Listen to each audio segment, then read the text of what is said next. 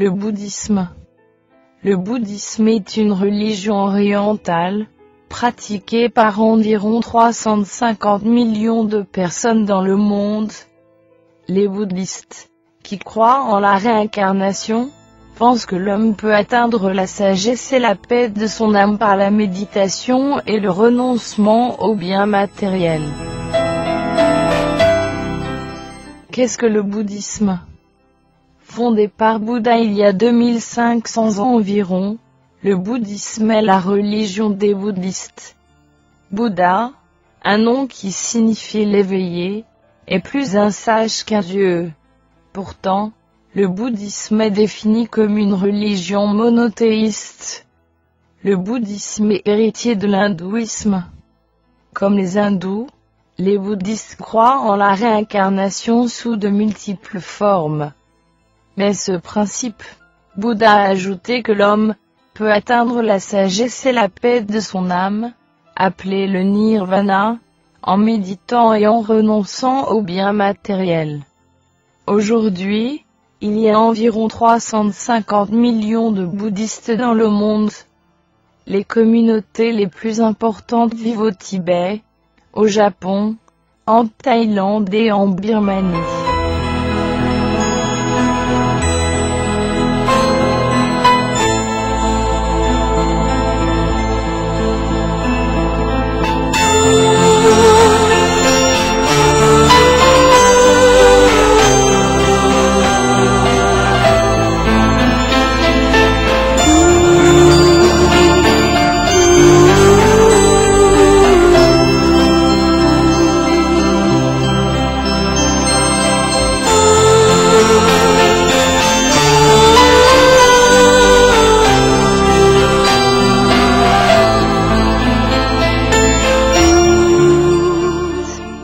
Cette vidéo a été réalisée par Joseph Chadarevian.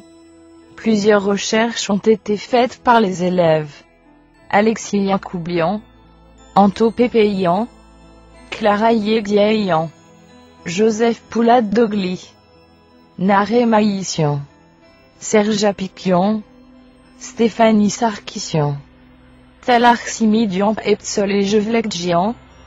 Nous sommes heureux de vous représenter aujourd'hui notre recherche.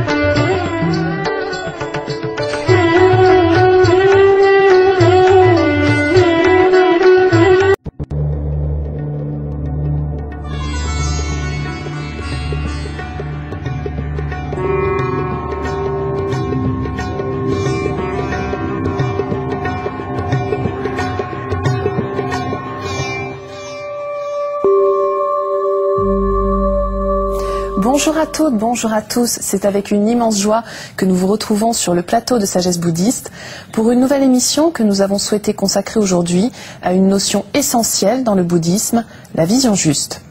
Car si celle-ci est à l'origine d'une compréhension conceptuelle des choses, elle constitue aussi et surtout une expérience directe de la vérité, illimitée et sans restriction, couvrant la totalité de l'expérience humaine. Comment définir alors plus précisément une vision juste? Pourquoi les deux notions d'impermanence et d'interdépendance sont-elles essentielles dans cette quête? Quelles qualités la vision juste nous permet-elle de développer? Et de quelle manière la pratique de la méditation peut-elle nous y aider? Nous retrouvons pour en parler notre invité, Gérard Pillet. Gérard Pillet, bonjour. Bonjour. Alors vous êtes un ancien disciple du maître zen Tezen Deshimaru. Vous êtes aussi un ancien professeur de philosophie et vous dirigez aujourd'hui le dojo zen d'Annonay. Alors c'est dans le nord de l'Ardèche, je crois. Oui. Et vous animez également des sessions de pratique à la fois en province et à l'étranger. Exact. Merci beaucoup d'être avec nous, Gérard Pillet.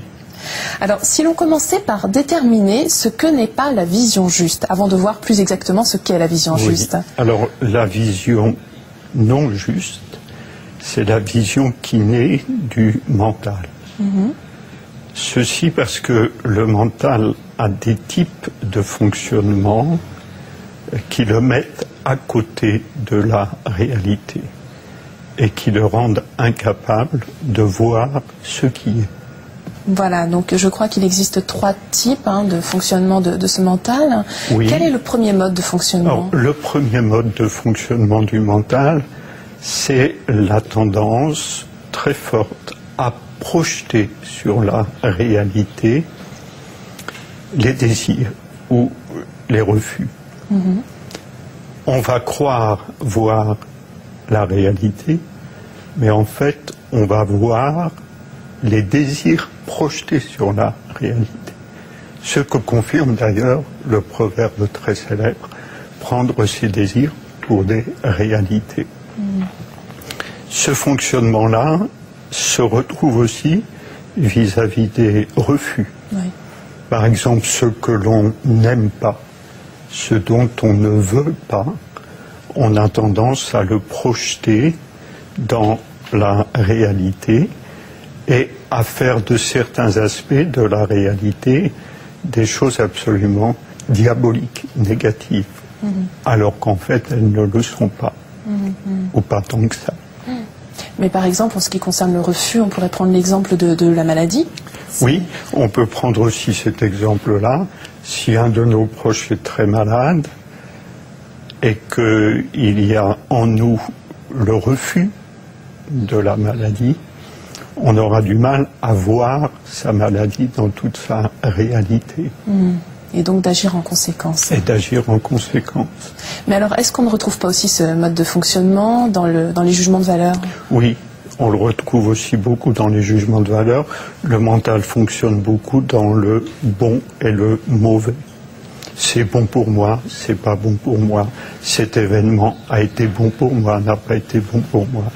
Et en fait, cela s'avère souvent absolument faux, parce que ce qui peut nous paraître comme ayant été un événement juste sur le moment peut très bien s'avérer être un événement qui n'est pas bon pour nous, mais qui est mauvais pour nous, parce que les conséquences de cet acte se seront entre-temps mises en place. Il y a dans le zen une histoire célèbre, c'est l'histoire d'un fermier sage qui perd son cheval, c'était le seul qu'il avait. Les villageois se lamentent en lui disant « Ah, tu n'as vraiment pas de chance », et lui de leur dire « Je ne sais pas ». Et le lendemain, le cheval revient accompagné de 2 autres chevaux sauvages, et les villageois de dire « Oh, qu'est-ce que tu as de la chance, maintenant tu as 3 chevaux ». Et le fermier de dire « Je ne sais pas ». Et le surlendemain, en essayant de dompter, de domestiquer son cheval, il tombe de cheval, se casse la jambe, et les gens des alentours se lamentent pour lui en disant « Oh, c'est un drame pour toi, qu'est-ce que tu vas faire, qui va tenir la ferme, etc. Et lui te dit, je ne sais pas si c'est un drame. Et quelques semaines après, la guerre se déclare, et lui ne peut pas partir à la guerre parce qu'il a cette fracture à la jambe. Alors, on voit à travers cette succession d'événements que ce qui nous paraît bon peut devenir mauvais, ce qui nous paraît mauvais peut devenir bon. Ouais. Ce qui nous encourage à une suspension du jugement. Bien sûr. Et alors, quel est le dernier aspect de cette méprise de la vision juste, Gérard Pillet? Alors, c'est le dualisme, c'est-à-dire le fait de découper la réalité en des termes opposés et contradictoires. Ainsi, par exemple, il est d'usage de considérer, d'opposer fortement la vie et la mort.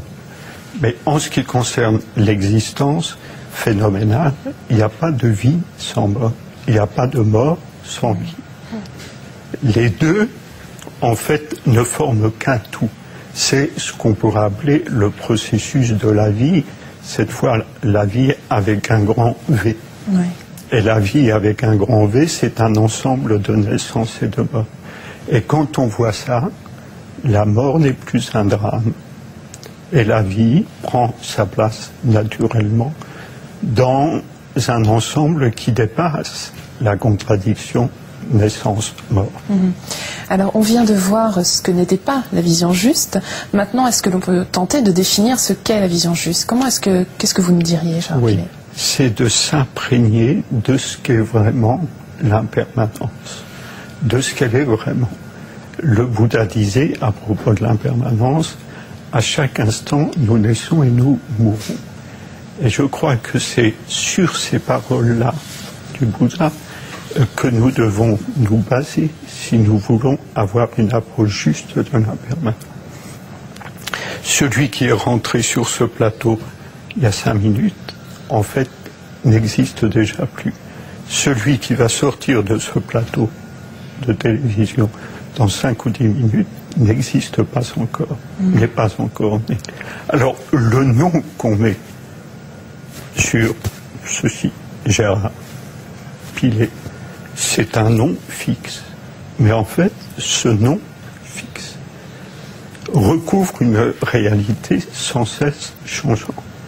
Quand on comprend ça, on comprend que si on voit vraiment l'impermanence pour ce qu'elle est, l'illusion de l'ego s'en va.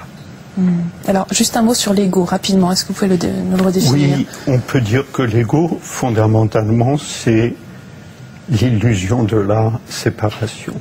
Le fait de se prendre pour une entité substantielle. Alors, est-ce que ce serait l'identification au corps, par exemple? Oui.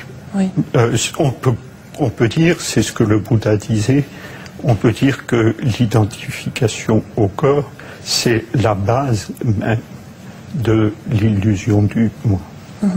Pour revenir à cette vision juste, il y a une notion aussi très importante qui est l'interdépendance. Est-ce que vous pouvez nous en dire un mot? Oui. Alors, l'interdépendance, c'est la deuxième chose qu'on a beaucoup de mal à voir. Et quand on a vraiment la vision juste de l'interdépendance, notre vie prend une autre dimension. En fait, quand on comprend vraiment l'interdépendance, on comprend que la dualité moi-autrui n'existe pas vraiment, que c'est une vue de l'esprit. On comprend, pour prendre un exemple, on comprend que si je fais du mal à l'autre, je me fais du mal à moi-même. Si je fais du bien à l'autre, je me fais du bien à moi-même. Et c'est la suppression du clivage intérieur-extérieur. Et c'est ce que vous appelez aussi la conscience de l'unité, finalement. Oui, c'est la conscience de l'unité. C'est-à-dire que dans la vision juste, l'être se reconnaît dans tout ce qu'il voit. Et quelle qualité, justement, permet de développer cette vision juste? On pourrait penser à la compassion, oui, peut-être? Alors, c'est effectivement la première des qualités que va développer la vision juste de l'interdépendance et de l'impermanence.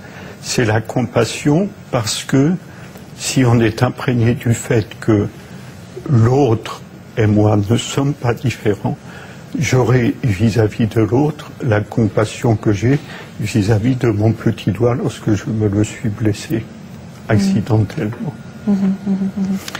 Et ça, c'est aussi à la source même de ce qu'on appelle l'amour, l'amour inconditionnel. Si j'ai compris vraiment l'interdépendance, je m'aime moi-même en aimant les autres, parce que les autres ne sont pas les autres. Les autres sont l'aspect réel de moi-même. Alors, pour revenir à des choses plus concrètes, Gérard Pillet, on pourrait se demander comment la pratique, notamment de Zazen, peut nous aider justement à nous approcher de cette vision juste et donc à développer cette compassion. Oui, bien, on l'a vu au début de cette émission, le grand obstacle à la vision juste, c'est le mental. Et la méditation, Zazen, est ce qui permet de laisser tomber le mental. Parce que le mental, concrètement, c'est quoi? Le mental, c'est un fagot de pensée et d'émotions. Les deux, d'ailleurs, s'enchevêtrant. Et durant Zazen, on apprend à travers la pratique à ne pas s'identifier aux pensées, ni aux émotions, ni aux sensations.